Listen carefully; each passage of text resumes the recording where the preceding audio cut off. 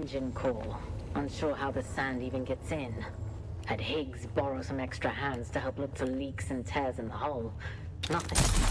I'm starting to imagine the Hawks flipped someone just to have them sprinkle a fistful of dust in the gears. It's everywhere. In our bunks, in our chow. Our ships just aren't built to go up against these tiny grains of sand. You could park this ship in Lake Argent for a week and not a drop of water would get in. But the sand eroded into specks. Specks that sneak through every last little crevice. Specks of daily maintenance. Guess what thrilling obstacle we'll be tackling tomorrow? Did you guess sand?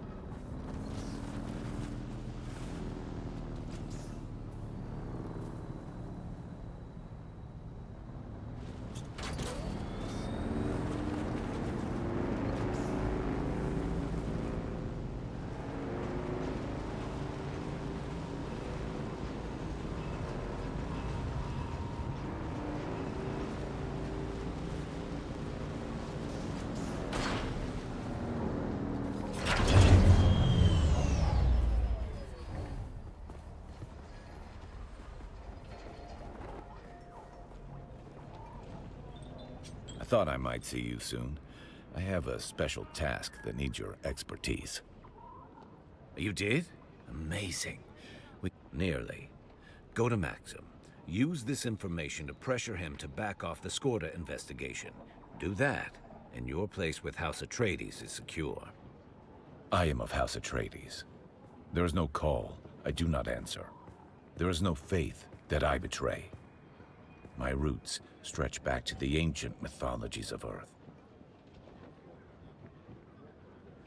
Aye, ancient stories go down sweeter than the bitter present. Look over at my counterpart, Maxim. That vulgar, avaricious addict. Squatting like a scheming toad. I aspire to be everything that he is not. Any other questions? Then I have work to do.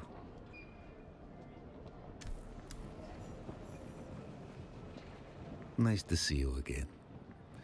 Never a dull moment. What's this? Adorable. But this isn't the leverage you think it is. Among my people, a vice well handled is something of a status symbol. You sanctimonious nothing. Your initiative is commendable, if clumsy. But my vices are known. You have no power over me. You have nothing. What do you want? I do believe that I hate you. Very well. I'll give dear Anton a good head start on Skorda, for all the good it will do him. No great sacrifice. When you inevitably betray Anton, pay me a visit. If you're this ruthless, you should be working for us. Your talents are wasted on the Atreides.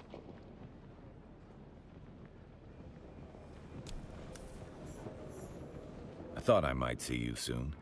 I have a special... This is wonderful news. You were to be commended. Give me the documents. I'll transmit them to my superior. Very well done. Few things give me pleasure anymore, but I will savor this.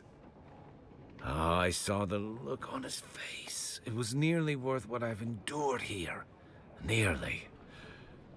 Welcome.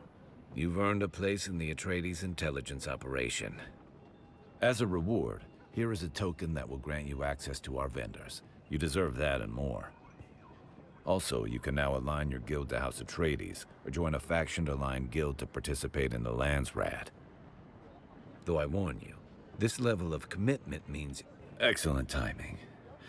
The word is she's been seen around. I appreciate it.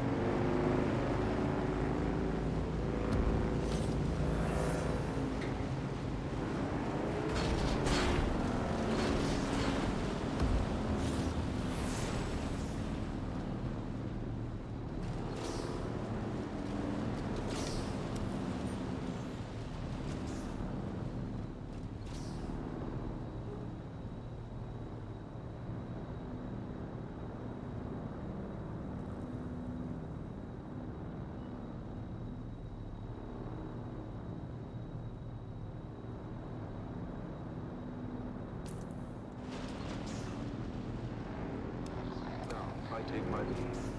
For battles end, and souls must grieve. But know this truth, my comrades dear, in every heart we still stands near. O house of just and noble name, We've lit the stars with honor's flame, and though my journey's end is near, House Atreides, shed no tear. For in the halls where heroes rest, where valor shines, where hearts are blessed, we'll meet again in timeless peace, where all our pains and trials cease. In twilight's glow, where shadows meet, a warrior stands on weary feet. His sword, once bright, now dull with strife, reflects the toll of countless lives. Oh, fate, you've carved this path of pain, through deserts vast, through blood and rain. Yet honor binds my heart tonight. For House Atreides, I still fight. Remember those who fell in fields, whose courage were their only shields. Their names engraved in stars above, their deeds the legacy of love. In silence, now I take my leave, for battles end, and souls must grieve. But know this truth, my comrades dear, in every heart we still stand near. O house of just and noble name, we've lit the stars with honor's flame, and though my journey's end is near, House Atreides, shed no tear. For in the halls where heroes rest, where valor shines, where hearts are blessed, we'll meet again in timeless peace, where all our pains and trials cease. Powerful words that remind us of the courage and resolve that lives in every Atreides heart.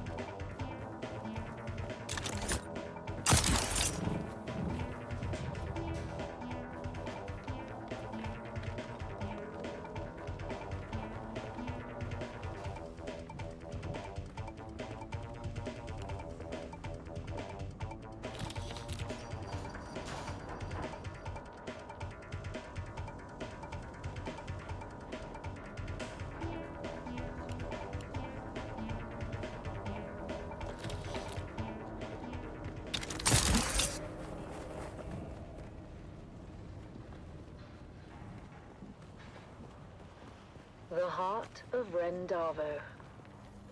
Rendavo's father was a sergeant, old and bent and grey. He served the Duke in '88, back in a bygone day. He lived out in the desert and scraped his meager fare, with children 9 around him and Ren, the youngest there. The older siblings learnt some sense, but Ren was left without. He was tall, but short on wisdom, and grew up broad and stout. Pious, cheerful, willing, yet he seldom did things right. "What will become of you, poor boy?" his father asked each night. And finally, Ren answered, "A soldier, sword in hand. If all else fails, at least I can still die for Duke and land." Ren packed his bag and went to join the brave Atreides troop. Strong and fit, and healthy too, he was welcomed in the group. But when he had to master drills and learn the skills of war, the sergeant screamed and laughed and screamed still more. For when ordered to turn left, Ren would quickly turn to right, and told to shoulder arms instead, he charged with all his might.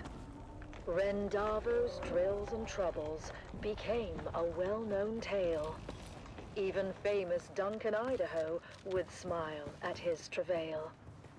And when at last Wren's unit was ordered off to war, the officers debated, was he suited for that chore? But Wren just let them argue. He stood there, broad and straight. If with the others I can't go, I'll go alone.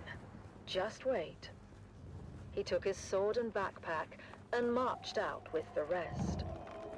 At camp, he was their servant, fulfilling each request. But when the battles raged, he was ordered to stand back. He didn't understand when to take cover or attack. Duncan, Idaho was on the run, Harkonnens in his tracks. He passed Ren Darvo's unit, shouting, "Boys, you watch our backs. Don't let the devils through the gorge, or all of us are lost. Guard it until we regroup. Keep it safe at any cost." A small detachment, made up but of barely 20 men, got there in time to make their stand. Along with them came Ren.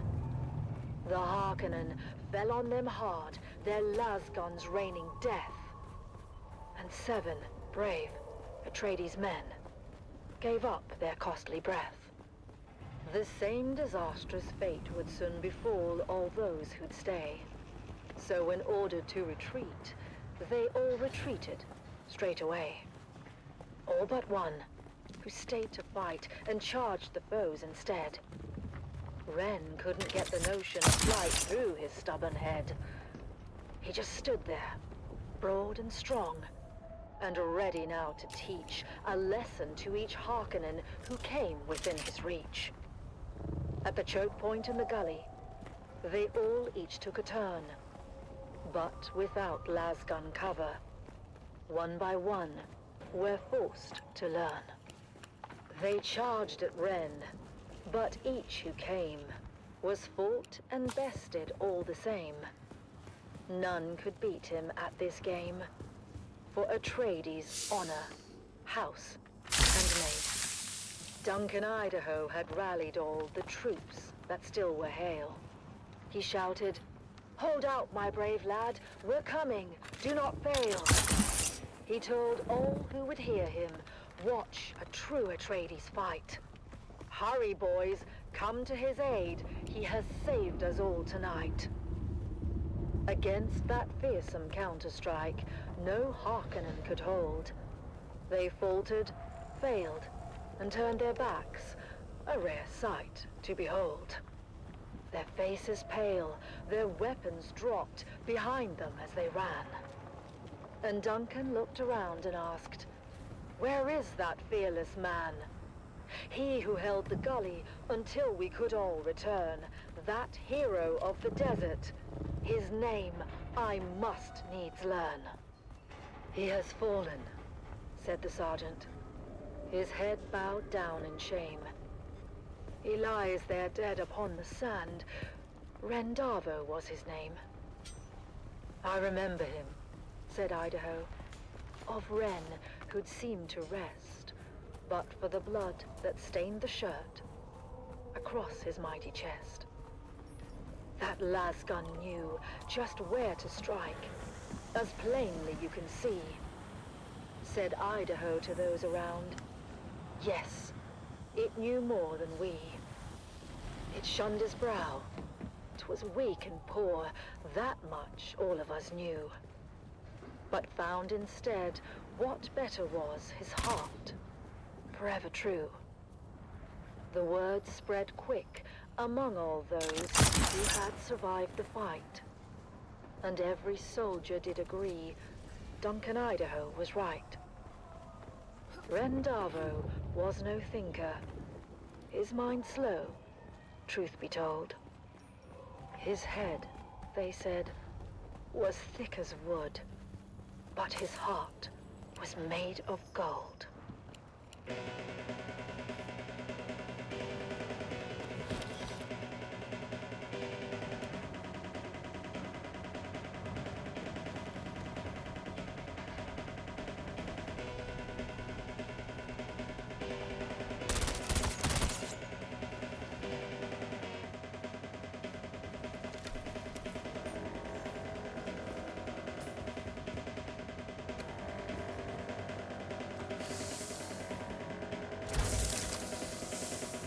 Some of our scouts have just returned. They report that the Zalakidir is thick with new scavenger camps. The skies above are heavily trafficked by both warring houses, and the destruction they rain upon the desert draws the scavvies like flies. The bounty is harvest, as my father would say, and easy pickings. At this point, we just need to be moving as many live bodies as possible. Quantity over quality.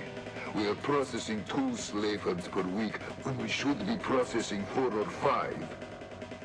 Our scouts in the Graben report they're tracking several bands of deserters.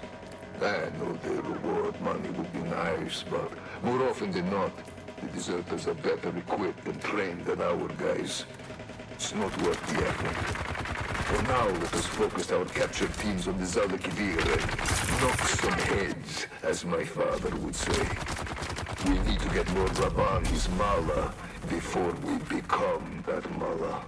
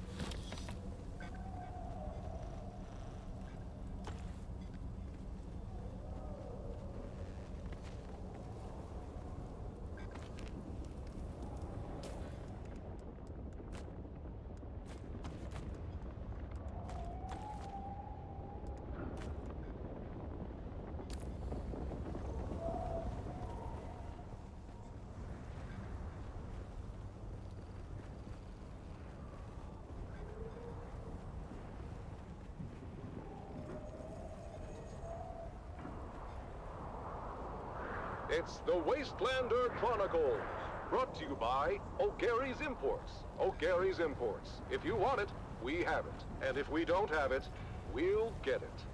Join us now as we journey to the blistering sands of Arrakis, where we follow the adventures of the O'Gary clan, a pioneering family of salvage experts, as they scour war-torn battlefields and crash sites to discover their next great haul. Hey there, everyone! Welcome back to the Wastelander Chronicles. I'm your Badlands Scout, Sally O'Gary, back with another wild adventure. After that scary encounter with the Masquerade, we got our hands on that super mysterious map. Dad was all over it, trying to figure out where it led. Normally, he would take it over to his Mentat friend at the Seleucid Bull. I used to think Master Chim was scary when I was little. The way he got that faraway look in his eye when he did his computing, Master Chim would have taken one look, and before you got a word out, he'd have done a sector-by-sector comparison of the map with known topography. But in this case, Dad didn't want anyone knowing the secrets of the map before he did. I'll figure it out myself. Mom said he was being a paranoid old fool, but what should have taken 30 seconds took 2 days. And don't you know it, 2 days later, we found ourselves piling into Clovis, our 68th Homeland Master, and set a course for the Hagavation. Once we were underway, Dad unfolded the map and pointed to a marking that looked like an angry beetle. This is our destination, kids. Remember that old Empire facility we found a few weeks back? It was a maintenance facility. You know, a bunch of tool pushers they kept around to fix stuff for the eggheads. I guess a scientist can tell you how much a pound of worm shit weighs, but put them all together in a room and they still can't turn a screw to save their lives. Anyhow, in the documentation we recovered, we found an inventory roll listing some of the other testing stations by number and field of study. Testing Station 29 studied plants, while 36 studied weather. Station 91, though, they studied bugs. Just like this ugly little sucker we're headed towards. Boy, was that journey rough. Mom said it was a bad time of year to be traveling, and the sandstorms were relentless. Visibility was almost nothing, and sometimes my little brother Coda and I had to get out and walk ahead of Clovis to make sure we didn't drive off a cliff. Eventually, we arrived at the sector indicated on the map, and we hid Clovis away, where she would be safe.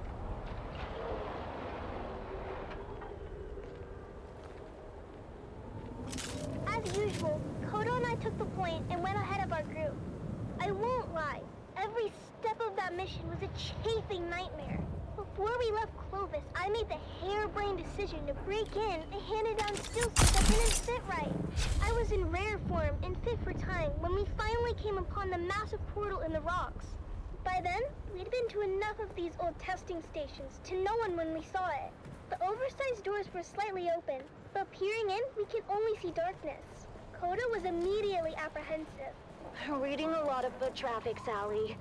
I'm not sure how lost this old testing station really is. Of course, that's when Dad and the rest of the family arrived. I knew it! Keep it down, Finn. I knew it! You said I was a fool. You said I'd lead us into an ambush. The night is young. Ignore your petulant mother, kids. We go in wedge formation. After me. We squeezed through the narrow aperture of the beam, and quickly found our way blocked by a massive pit of darkness. After we recalibrated our optics for low light, we found a narrow ramp that wound down to the gaping shaft. I forgot all about my chafing as we descended into the darkness. I hated the feeling in there, the lonely, oppressive atmosphere that long-abandoned places had in common. But the spell was quickly broken when a Harkonnen fire team floated on the center of the shaft from above. We flattened ourselves against the wall and kept out of their lights as the noisy and oblivious troopers floated past.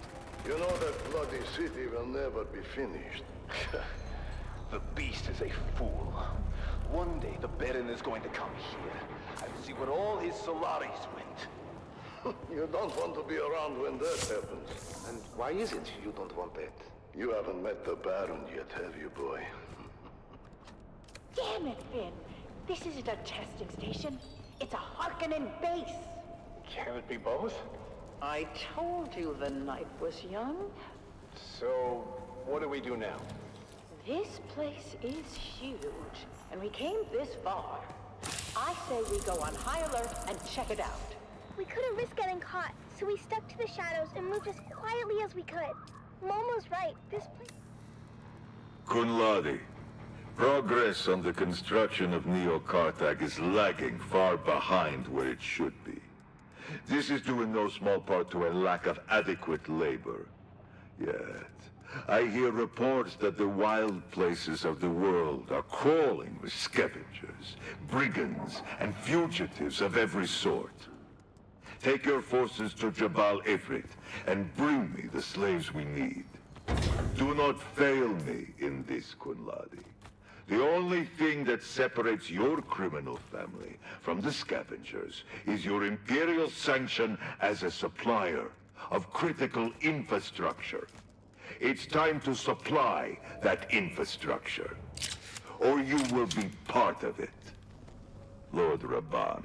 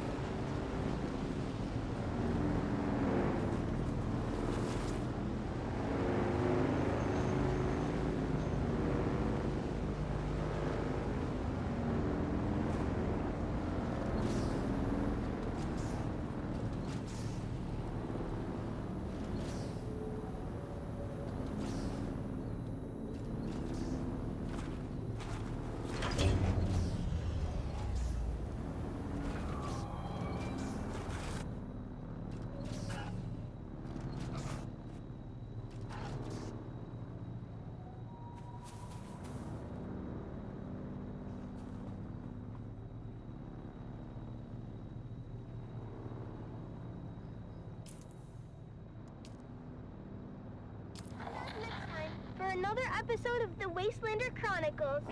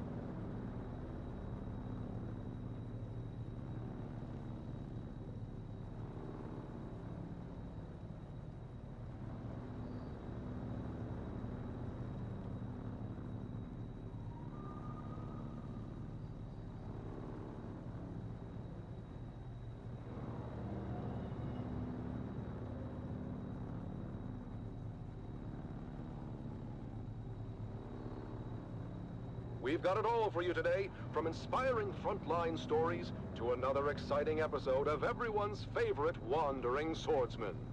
But first, let's kick things off with some sonorous sounds for your listening pleasure. You're listening to Vox Atreides, the voice of the Duke.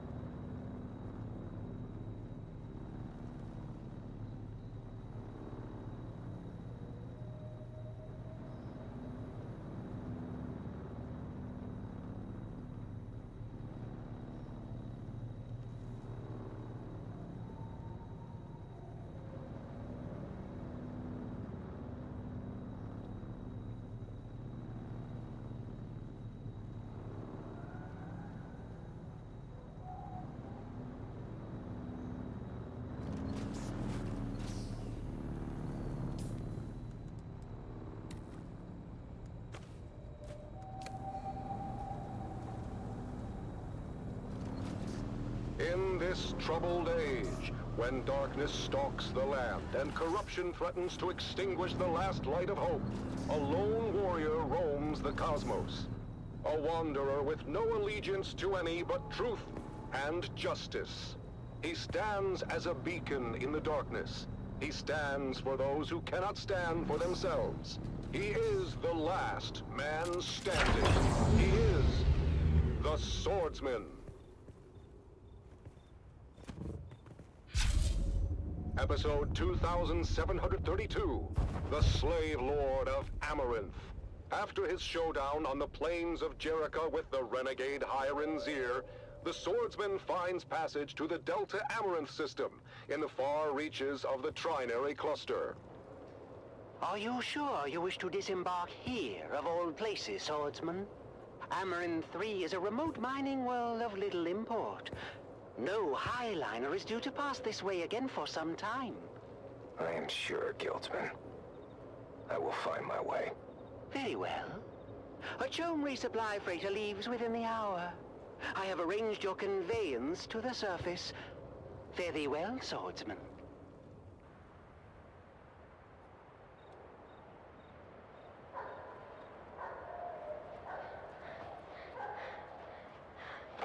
Oh, there, boy. You run as if the hounds of Hades were at your heels. Please, Lord, kill me. I beg of thee. Slay me where I stand. I cannot go back to Lord Varric. Lord Varric. This is not a name known to me. What house governs this world, boy? For many thousands of years, this stewardship of Amaranth 3 fell to a house minor with allegiances to the great house Waku. Waku is no more. Their systems were purged in the Third Coalsack War. Their holdings forfeit to the Spacing Guild. As you say, Sirrah. The boy speaks the truth, Lord. It's been 6 or so centuries now. And the Guild has not assumed control? This world must be in a ledger somewhere. Well, the Highliner comes like clockwork. But we get supplied, and then they're gone again. To wherever Highliners go. We just figure they forgot about us. Then who is this Lord Varric? Born a slave like his father before him. The Varrics took control when it became clear we were forgotten. A Mala, claiming lordship over other Mala. We must go, Sirrah. If Lord Varric's men find you, I don't know what they'll do. Take me to the slave called Varric. Justice will be served.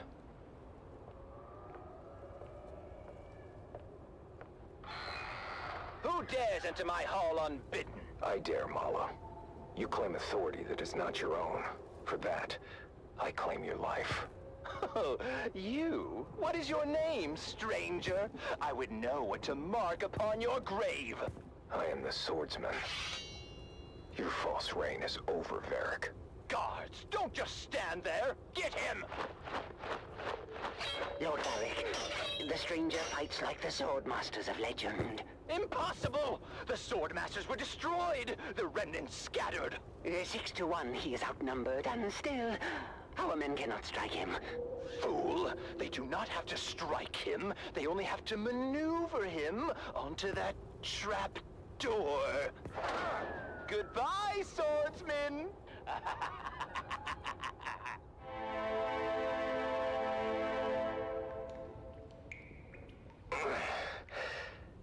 Save your breath, stranger. You took a brutal beating on the way down. Most do not survive the fall, as the bones in this dungeon attest.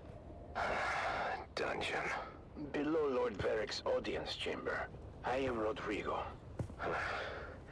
He is no lord. Not in any legitimate sense.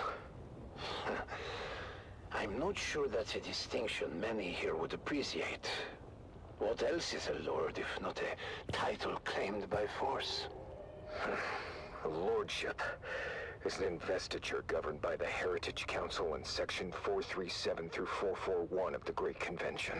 It's a covenant, as old as the Imperium itself. Ah, but tell me then, stranger, the ones who established your covenant, how is it they claim their power, if not by force? How is it they are legitimate, and the pig Varric is not? You tire me, old man. Well, at least we agree that Varric is a pig. Rest now, stranger. You'll need your strength for what is ahead.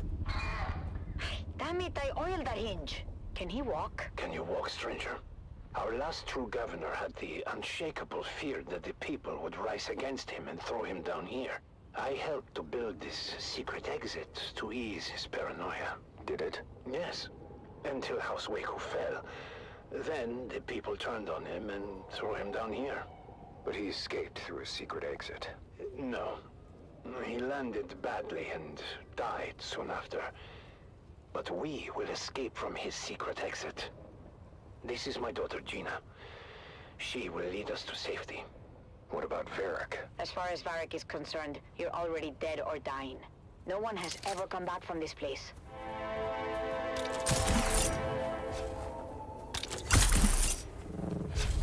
Easy now, swordsman. I've tended to your wounds. Thank you, both. My father was a draftsman in the Imperial Engineering Guild and helped to build this humble colony. Armor in 3 isn't much, stranger, but we are self-sustaining, and the Guild will remember us one day. We were doing just fine until Varric's grandfather took over. Lord Varric is just the latest in a long line of assholes. We have seen too many good men fall trying to stand against him. There are enough of you. Why not fight back together? The fear of death, I suppose. The land here is harsh. The work grueling. Without our men, our families would starve.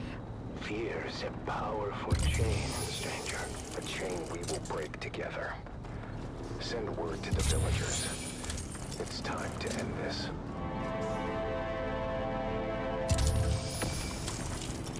Colonists, you've lived in fear of Varric's rule for too long. He is a vile pretender, and order must be restored. But how can we do this, stranger? We are not an army! Remember yourselves. You are Imperial peons, with all the rights and protections that station implies. But who will stand for us? We've been waiting on the Spacing Guild for over 300 years! I will stand for you. And you will stand for yourselves. But how? I will train you, after I have forged a new sword.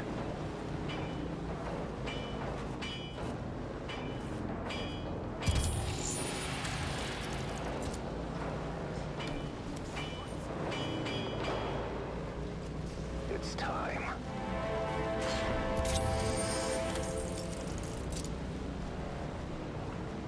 Today we break the chains of bondage. Today, we fight! Huzzah! We've gone over the plan. When next we meet, it will be over the body of the dead slave called Varric.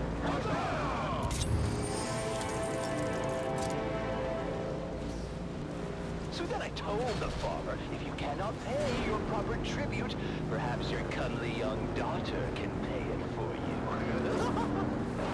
Slave Lord Varric, your false reign ends now. You? But how? Guards, get him!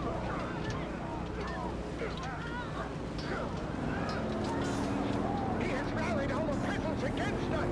They fight like demons! The stranger must have trained them! Face me, Varric. I will take care of the stranger myself!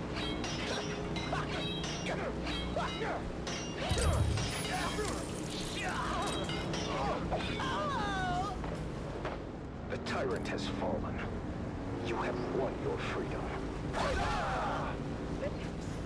No! Father! Your father fought bravely, Gina. His sacrifice was not in vain. Thank you, swordsman. You've saved us, but I've lost my father in the bargain. His spirit lives on in the freedom you now share. Freedom to serve your proper masters, the Spacing Guild, who will undoubtedly return soon to claim you all. What do we do until then?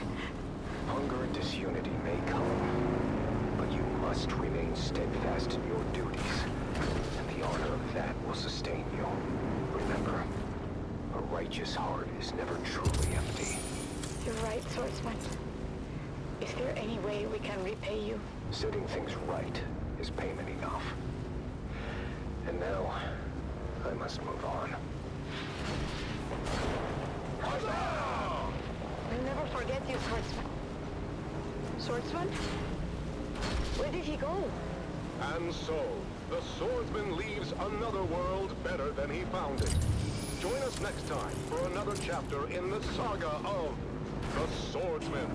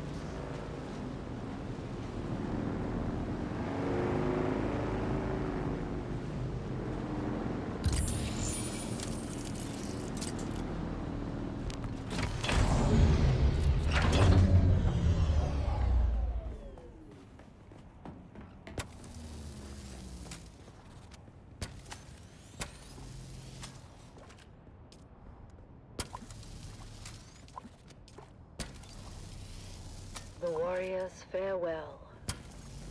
In twilight's glow, where shadows meet, a warrior stands on weary feet. His sword, once bright, now dulled with strife, reflects the toll of countless lives. Oh, fate, you've carved this path of pain through deserts vast, through blood and rain. Yet honor binds my heart tonight. For House Atreides, I still fight. Remember those who fell in fields whose courage were their only shields. Their names engraved in stars above. Their deeds, the legacy of love. In silence now, I take my leave. For battles end and souls must grieve. But know this truth, my comrades dear. In every heart, we still stand near. Oh, house of just and noble name, we've lit the stars with honor's flame. And though my journey's end is near, House Atreides, shed no tear. For in the halls where heroes rest, where valor shines, where hearts are blessed, we'll meet again in timeless peace, where all our pains and trials cease.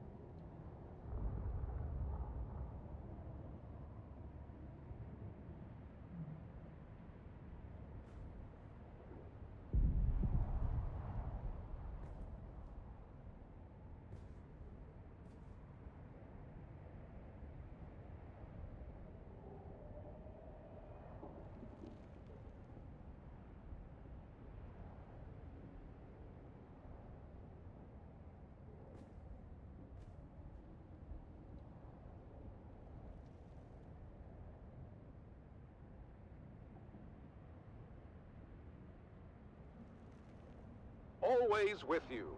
It's Vox Atreides, the voice of the Duke.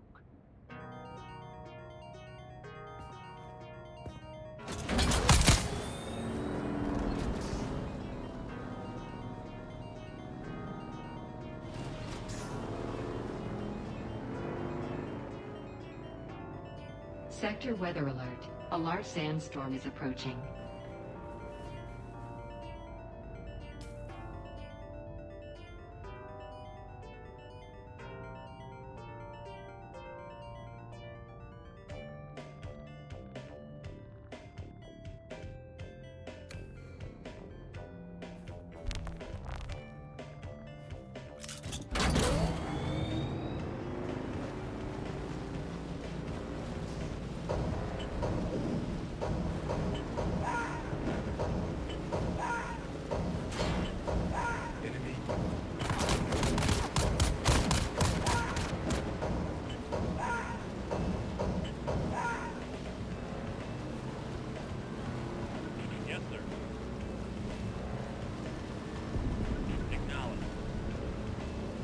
Sector weather alert.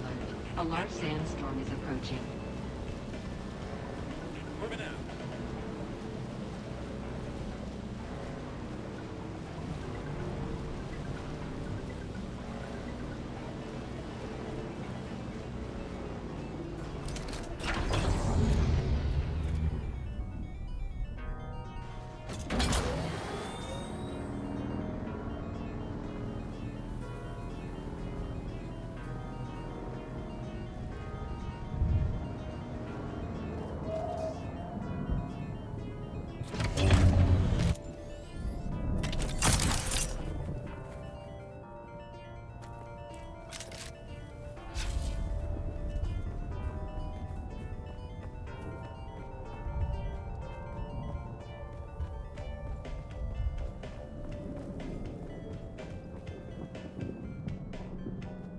Sector weather alert. A large sandstorm is approaching.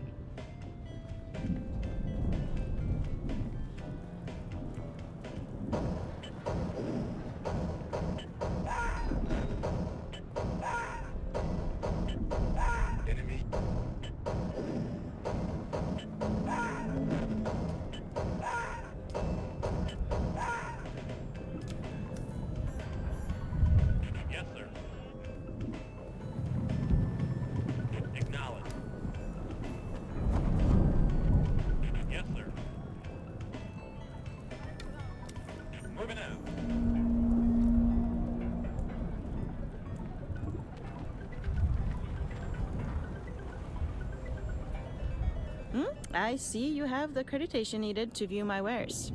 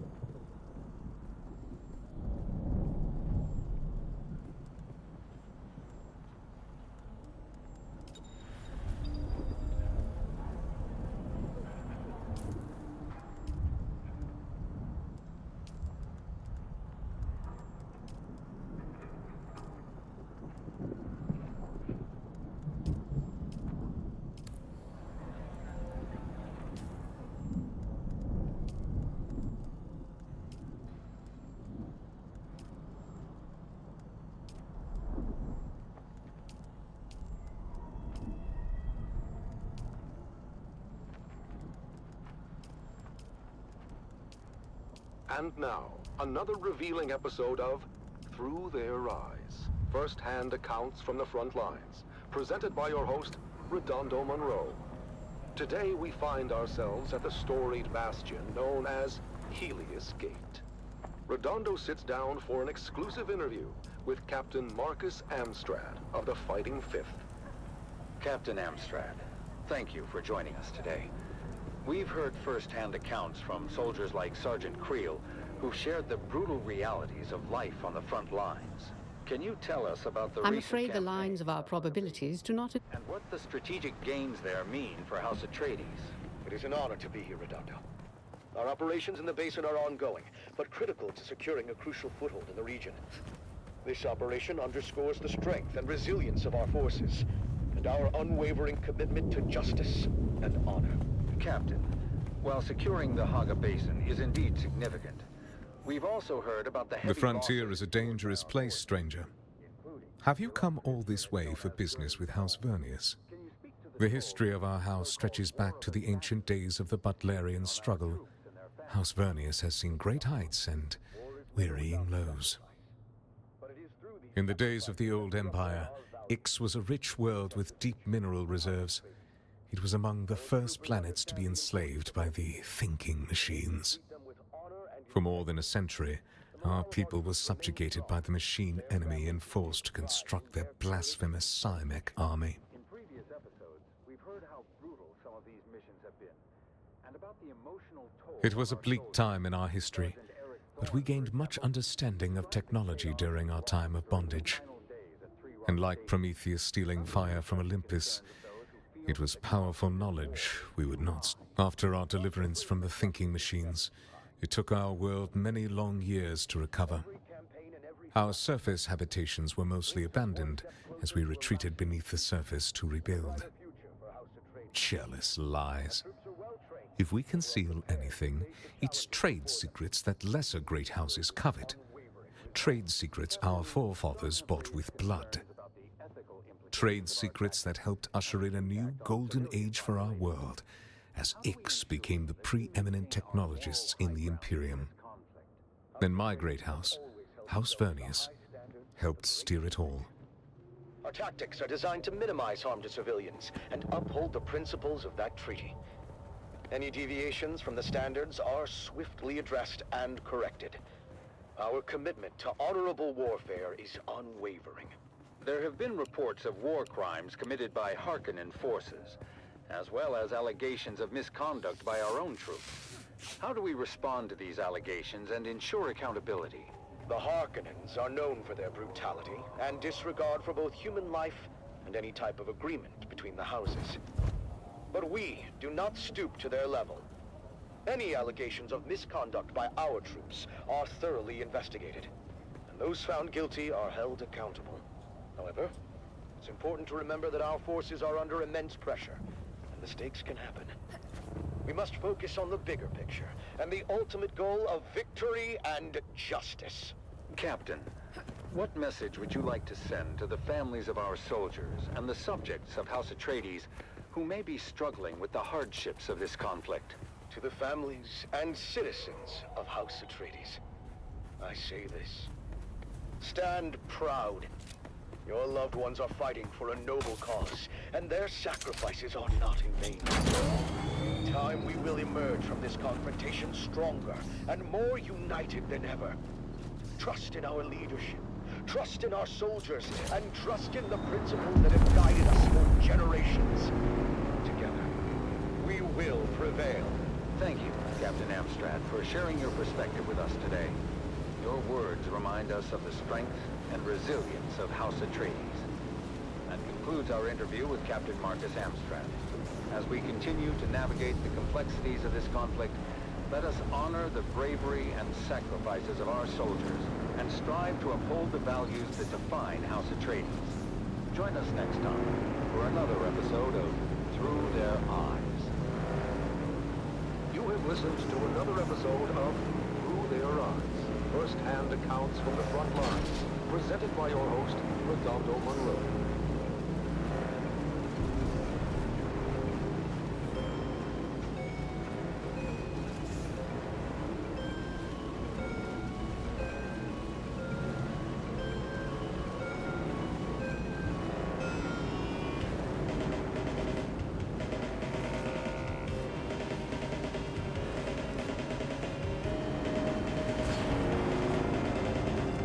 Dune, the battle for Arrakis.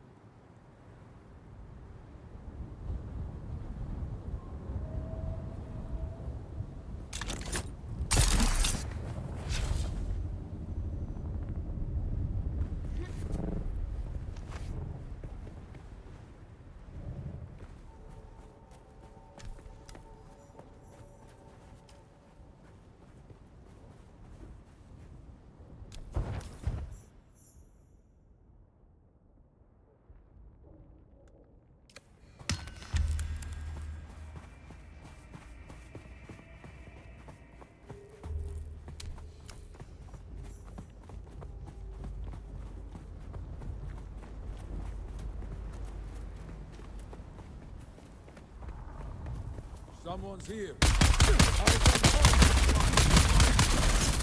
Death to the Emperor!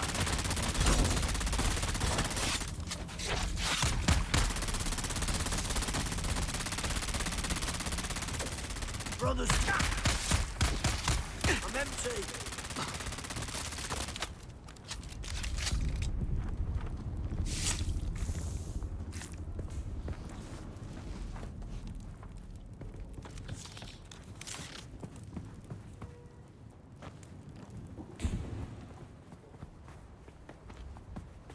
This is Tolliver Cam, your faithful Communinet crier, spreading the word of the Duke and reminding you that hope is not weakness.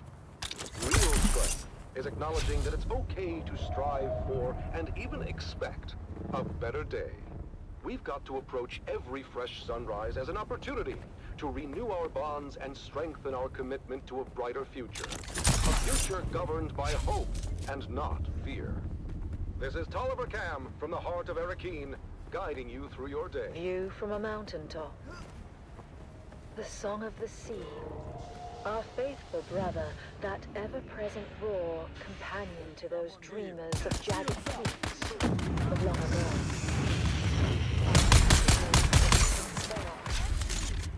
Vision not of glory, but the darkest Weapon empty!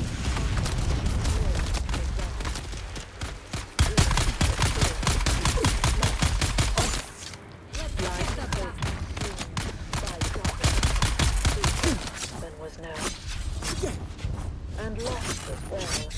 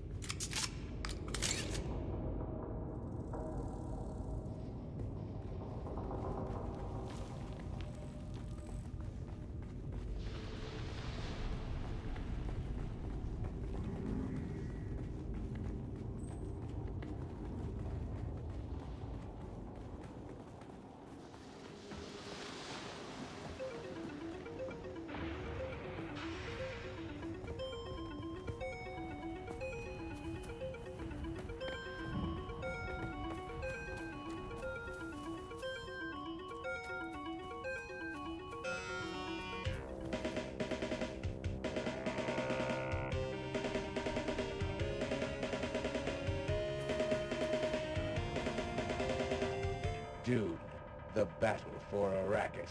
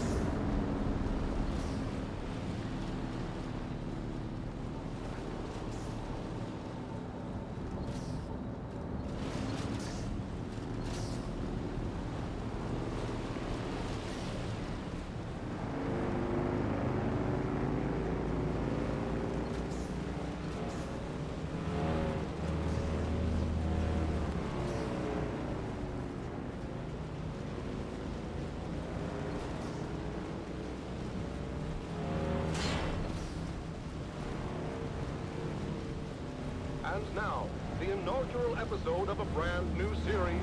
It's The Young Guardian. Gather round, fair listeners, as we join our story on the eve of destiny for 3 young lives.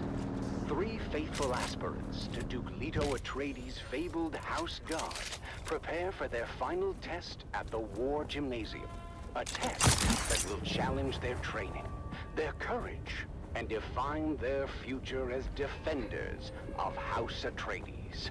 Our story begins on the Armatura Green at the Cala City campus of the Atreides. Welcome. But please don't touch anything. If you damage anything, you'll... Me? Please. Everyone knows me. I'm Traj Agsari. I own this block of cement. In Pinnacle Station, what I say goes. Rests on your shoulders! Defend yourself! You look a little lost, friend. Music to my ears. Where do you want to go?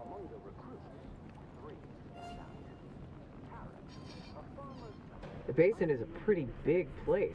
I never miss the chance to let Smile... Let's move before a storm rolls. And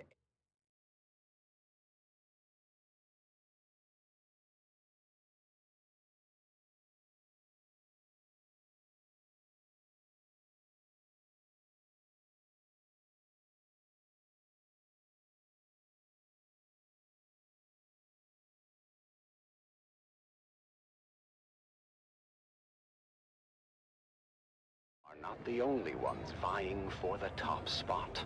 Another group of cadets, led by the arrogant and cunning... We meet again. ...has been their main competition and antagonists throughout their time at the War Gym.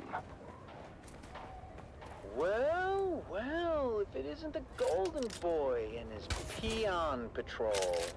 Tell me, Amon, how does it feel to coast on your family name?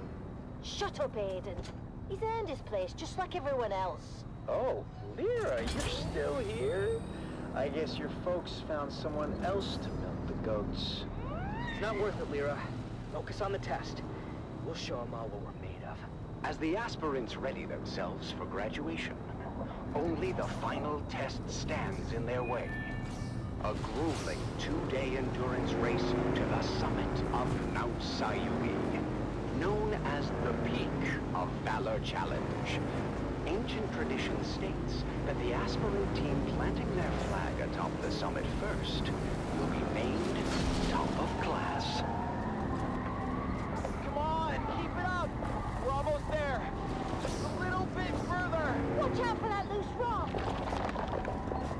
As Taryn and team near the summit, Lyra's footing gives way and she slides roughly to a ledge below. Yes. Go on without me. Plant the bloody flag. Not happening, Lyra. Atreides leave no man behind. Hang on, Lyra. We're coming. Meanwhile, Aiden and his group are hot on their heels and seize the opportunity to rush to the summit. Come on, you maggots! Dig deeper than you ever have before! We're almost there!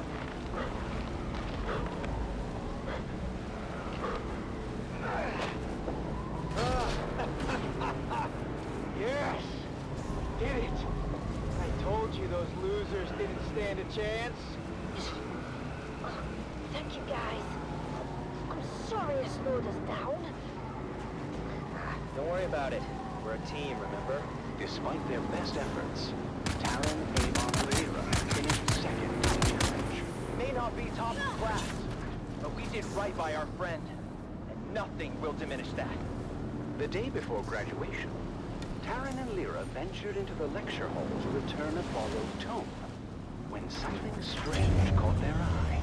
Huh. That's strange. The light's on in the Commandant's office. But we just saw the Commandant on the green. Then, who's in there? Aiden. What are you doing? None of your business, to be honest.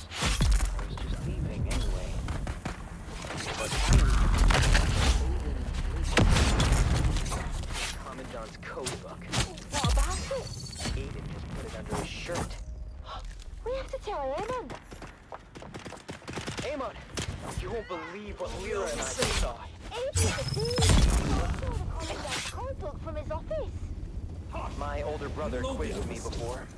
I thought it was nonsense at the time. He was asking about a possible Harkonnen infiltrator in our aspirant class.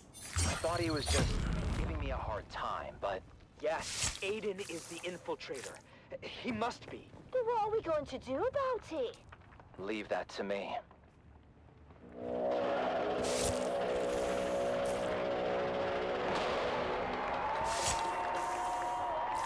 The graduation ceremony is a grand affair, as the Commandant presents deployment orders to the well-deserving class. Called to the stage, Aiden and his group walk triumphantly up the aisle, expecting to receive top-of-class honors. I told you, fools, who would end up on top. Aspirant Aiden, you and your group are hereby charged with espionage and treason against House Atreides. What? No, this is a misunderstanding. Unhand me! And since this is wartime, the Articles of Canley are clear on the sentence. As for the rest of you, you have all proven yourselves true warriors of House Atreides. You have earned the right to wear the Duke's coat of arms and uphold the responsibilities and traditions that come with it. Stand tall, for you are the future of our house. As Aiden and his group are led away by military police, Taryn, Amon, and Lyra rise together with the rest of the class, proud and vindicated. We did it! We actually did it! It's not about the accolades. It's about doing what's right. And so, with hearts full of pride and the weight of their ancestors' legacy resting upon their young shoulders, our young guardians go forth as true soldiers of House Atreides. I guess all that's left for us to do is unseal our orders and see where we're bound. Wherever we go, I just hope we're together. Shall we open them at the same time? On three. 3, 2, 1. Arrakis. That's it then. We're going to war. Join us next time on The Young Guardians as our heroes continue their journey, facing new challenges as they uphold the legacy of House Atreides. Until then, remember, honor and loyalty are the true marks of a warrior.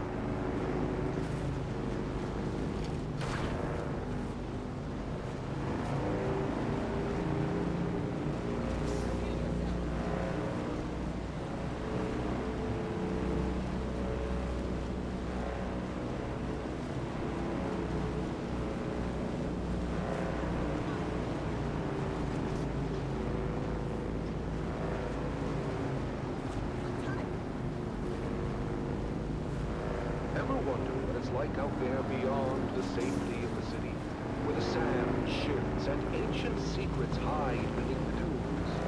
Well, let me tell you, there's more out there than spice and sand. The Wastelander Chronicles takes us into the life of a scrappy young scavenger girl and her family as they brave war-torn battlefields, hunting salvage and other buried secrets. Stay tuned, because this is one tale you don't want to miss. It's the Wastelander Chronicle, brought to you by O'Gary's Imports. O'Gary's Imports. If you want it, we have it. And if we don't have it, we'll get it. Join us now as we journey to the blistering sands of Arrakis, where we follow the adventures of the O'Gary clan, a pioneering family of salvage experts, as they scour war-torn battlefields and crash sites to discover their next great haul.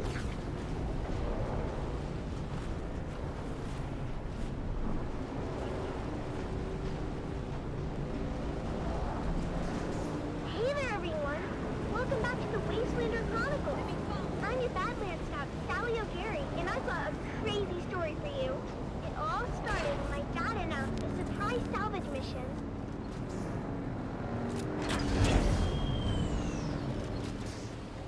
It was just after sunset. Dad has been all day, as always, mining our storefront and listening to the space traffic controllers going about their business on the Communinet. I always tease Dad and ask how it is he can listen to those encrypted channels, and he just shushes me and tells me to clean my guns. But this was the day Dad's patience and extra-legal Communinet receiver paid off. He overheard a distress call from the Leopoldus, a light freighter carrying machine parts out of Bella Goose. Now, you might be thinking, Sally, what's so darn exciting about machine parts? But in the salvage game, we learned that a ship listing machine parts on its cargo manifest could be carrying anything from precision lasgun barrels to cybernetic eyeballs, so it's worth the trip. Of course, Dad's not the best with his numbers, so it was up to Mom to triangulate the coordinates and plot our course to the crash site in the Minor Erg. As always, when we piled into Clovis, our vintage 68 Chome Landmaster, Mom reminded us of the grim dangers waiting for us in the desert. Bandits, slavers, cultists, and of course, the old man of the desert himself, the Great Sandworm. When we finally arrived at the sector our coordinates were within, we hid Clovis under a tarp and moved in on foot. As always, it was up to me and my little brother Coda to scout ahead and look for danger. Now, you might be thinking, Sally, that seems like a grown-up job. Why would you and your cute little brother be sent ahead to scout? The truth is, we rely on that cuteness to lull our enemies into a false sense of security. Then, we kill them real good. Coda can separate a man from his jewels in less than 2 seconds. I've seen him do it. But after a whole lot of dust and nothing, we finally came up upon the coordinates marked on our map. And what do you know? The crash ship was nowhere to be seen. Of course, Mom and Dad immediately set to arguing about it while the rest of us fanned out. You're an idiot, Finn O'Gary. Don't you dare blame my calculations on this fiasco. I should have listened to my mother and entered the sisterhood. At least then, I'd be married off to a man of consequence. You wouldn't be married to anything but a mop and bucket. Instead of kids, you'd have hallways to clean. And you know those witches got a lot of hallways. What do you know about the Bene Gesserit? You don't even know how to add. I know one thing I'd like to subtract. Hey, Mom and Dad? Look what Phaedra and Bree just found. While my parents were bickering, my big sisters, Phaedra and Bree, had uncovered a hatch in the ground, beneath layers of sand and scree. It took some cutting, some prying, and a whole lot of cussing, but my dad finally got the hatch to open to reveal a ladder going down. Dad led the way, his glow cutting through the darkness as we descended for what seemed like an eternity. The smooth ladder shaft was marked with ancient warning signs in a language that Phaedra said was Proto-Galactic, whatever that means. Dad said it meant that the place at the bottom of the ladder was a part of the old empire. Finn Jr. said they were around a really, really long time ago and sent their scientists all over the universe to very cool stuff. Dad said finding their old stuff is our family pastime. The fate of the O'Gary clan has always been tied to remnants of the old empire, whether it was back on Hagel or right here on Arrakis. Look at how we're drawn to one of their facilities without even knowing it was here. When we finally got to the bottom of the ladder, we found ourselves in a small antechamber. That's when Mom noticed a series of small, almost invisible switches along the wall. With a little bit of trial and error, we activated the mechanism. A screen flickered to life, displaying a map of the facility. Dad examined the map and explained that we were in an auxiliary substation built to support nearby old Empire ecolabs with technical matters. This was very exciting for Dad because it meant that there were even more testing stations out there just waiting for us to find them. But for now, we had this substation before us. Mom figured out where we were on the map. It seemed we had entered through an emergency escape tunnel, but when we tried the door leading back to the main area, it wouldn't open no matter what we tried. Dad began to despair, but Mom kept her head and found us another route back into the complex through a twisty utility duct. But there was a catch. The utility duct was incredibly narrow, too small for any grown-ups to fit through. This was my moment to shine. With a quick pep talk from my mom and a promise to be careful, I wriggled into the tight space, inching my way forward. The walls closed in around me, but in true O'Gary spirit, I kept my cool, determined to reach the other side. About 30 meters in, I felt a tug on the safety rope tied around my waist. It had reached its limit. I couldn't go any further unless I disconnected it. Sally, you're at the end of the rope. You want to come back, hun? I can't turn around here. It's too tight. I'll have to disconnect and keep going. Are you sure, Sally? That's an awful risk. We won't be able to help if anything goes wrong. You didn't raise me to be a coward. What does Dad always say that Owen O'Gary is for?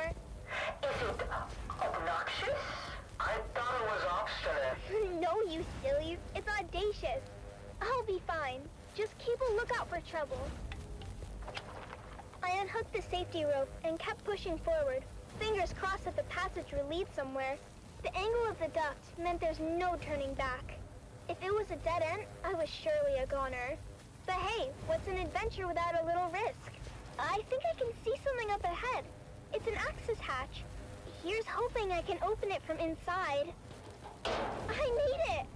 The access hatch opened onto a huge chamber, lit by a soft, eerie glow. It was a real treasure trove of ancient technology, preserved perfectly through the ages. I had found the mother lode.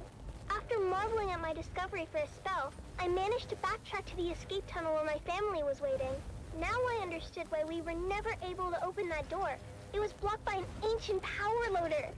Fortunately, the control fob was still in place, so I was able to move that great beast away from the door. Honey, are you okay? I'm fine, Mom. Where are you going, Finn? Our daughter almost died, and you're more interested in salvage. She seems fine to me. More than fine, in fact. She's spectacular. Our daughter or the power loader? Can't we be excited for both? This is a VK5000 powered work loader. The last exosuit to come off the Venhold assembly line before the company was split up into Combined Mercantile and the Fold Space Shipping Company. Do you mean... Yep. The predecessors to CHOAM and the Spacing Guild. Wow. After the excitement died down, we carefully extracted as much as we could carry, making sure to document everything for later study. It was our most successful expedition yet. Back at our shop, we spent days cataloging and cleaning our finds, preparing them for sale. And that's where you come in, dear listeners. That's right, Sally. At O'Gary's Imports, it's our Old Empire extravaganza. And you won't believe our prices. We have SD converters, we have anti-induction modules, we have cobalt-tipped frams, we have articulated John doors for men and women. Come find us on the Agora Concourse of the Grand Souk in Arakeen. Because at O'Gary's Imports, if you want it, we have it. And if we don't have it, we'll get it. Thanks, Dad. Until next time, this is your faithful Badland Scout, Sally O'Gary, signing off and reminding you to always check your six. And come back next time for another episode of the Wastelander Chronicles.